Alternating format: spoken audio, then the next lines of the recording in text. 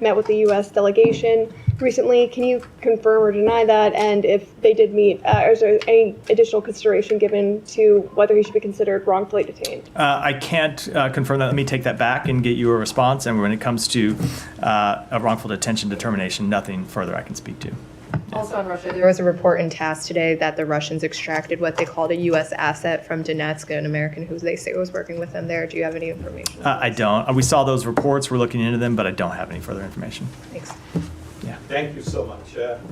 Matt, a report suggests 252 police sub-inspectors in Bangladesh were dismissed from final recruitment, allegedly excluding all Hindu officers. Does the State Department have any response regarding religious discrimination in Bangladesh law enforcement hiring process? So I haven't seen that report, but obviously we believe that let me say this. Obviously we would oppose any religious discrimination in any process in Bangladesh or anywhere in the world. How the State Department working with Bangladesh Authority to support inclusive and non-discriminatory hiring practice in public service in Bangladesh? I don't have anything to add to what I just said. Would such cases of alleged discrimination impact U.S.-Bangladesh relationship? So you're asking me to deal with a hypothetical about a report that I have not seen, and I'm going to decline to do so. Thank you so much. In light of recent report that the Bangladesh police are using the Anti-Terrorism Act to arrest individuals associated with the student league, Chhatra League, for participating in demonstration. They recently banned this organization. How does the U.S. view the impact of these actions on democratic freedom and political expression in Bangladesh? What steps might the U.S. consider to support fair political process and civil liberties in the country? We believe that the people of Bangladesh should be able to exercise their fundamental freedoms, including the freedom of expression, the freedom of assembly.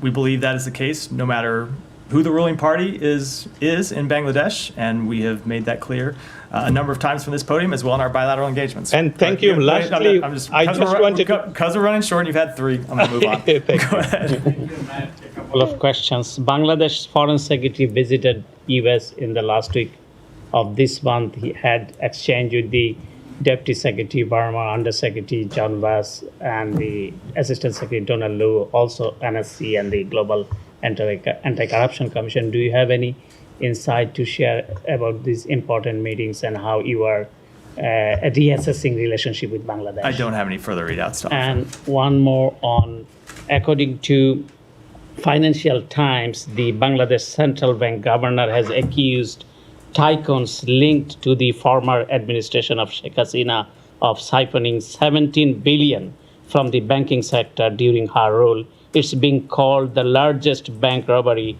case in the history. How can you help recover this money and hold those responsible accountable for a global perspectives? And by the way, today is my last day in this briefing room as the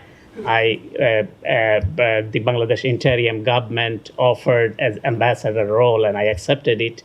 And after the paperwork, the foreign ministry will post me in somewhere. So I'm thankful to you and all of my colleagues during my last 10 years journey in this briefing room as correspondent. Thank you. Thank you. And with respect to the question, I can't speak to the veracity of that report, let alone what any implications of it might be. But congratulations.